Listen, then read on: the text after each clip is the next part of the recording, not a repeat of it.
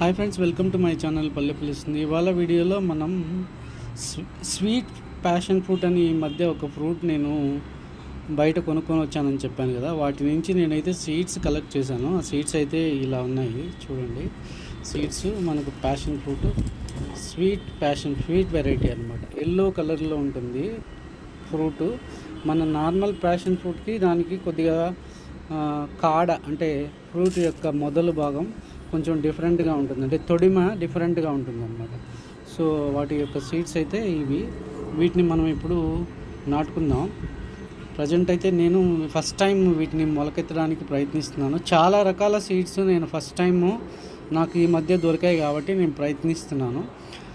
వీటి యొక్క అప్డేట్ నేను మరి ఒక వీడియోలో మీకు ఇస్తాను. ప్రజెంట్ అయితే సీడ్స్ ఇలా ఉన్నాయి.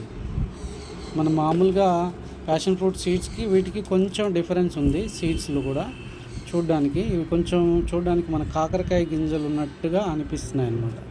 సో వీటిని అయితే నేను ఇప్పుడు నాటేస్తాను. సీడ్ ద్వారా జర్మినేట్ చేయడానికి ట్రై చేస్తున్నాను. చూద్దాం, నాటుకుందాం. ప్రజెంట్ అయితే నేను సీడ్స్ కొన్ని వేసేస్తున్నాను. ఇలాగా నేను మామూలుగా ఫస్ట్ టైం జర్మినేట్ చేస్తున్నాను. ఎలా వస్తుందో రిజల్ట్ తెలీదు, బట్ ఖచ్చితంగా మొలుస్తాయి అని అనుకుంటున్నాను. ఎందుకంటే హెల్దీ సీడ్స్ కలెక్ట్ చేశాం కాబట్టి. సో ఇవి జర్మినేట్ అయిన తర్వాత మీకు ఇంకొక వీడియోలో అప్డేట్ ఇస్తాను. అయితే ప్రజెంట్ అయితే నేను ఒక 50-60 సీడ్స్ దాకా వేస్తున్నాను, ఎందుకంటే నాకు తెలీదు మొలుస్తాయా లేదా అనేది. చూడండి, సీడ్స్ అయితే మనకు ఇలా ఉన్నాయి. సో మనం సీడ్స్ ఇలా వేసుకొని వీటిని ఎప్పుడైనా ప్రయత్నించేటప్పుడు మనకు రిజల్ట్ ఏమొస్తుందా అనేది చాలా ఆతృతగా ఉంటుంది. ఎవరికైనా అంతే, ఏ గార్డెనర్ అయినా.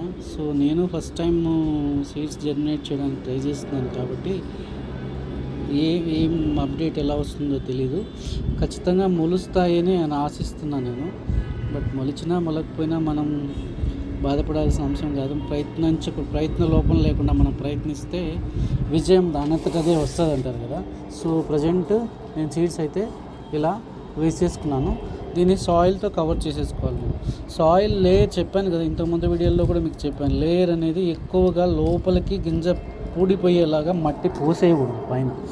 ఆ గింజలు కవర్ అయ్యి మనం వాటర్ స్ప్రే చేసినప్పుడు ఆ గింజలు బయటకు రాకుండా ఉండేంత మందం, అంటే గింజ పూడేంత వరకు మాత్రమే వేయాలి, అంతేగాని లోపలికి పూడి చేయకూడదు గింజను ఎప్పుడు. సో ఐ హోప్ మీకు ఈ వీడియో నచ్చింది అనుకుంటున్నాను. Please subscribe my channel and please share my video with family and friends. Thanks for watching. Have a great day. మరిన్ని గార్డెనింగ్ వీడియోస్తో మీ ముందుకు రావడానికి ప్రయత్నిస్తాను. Thanks for watching. Have a great day.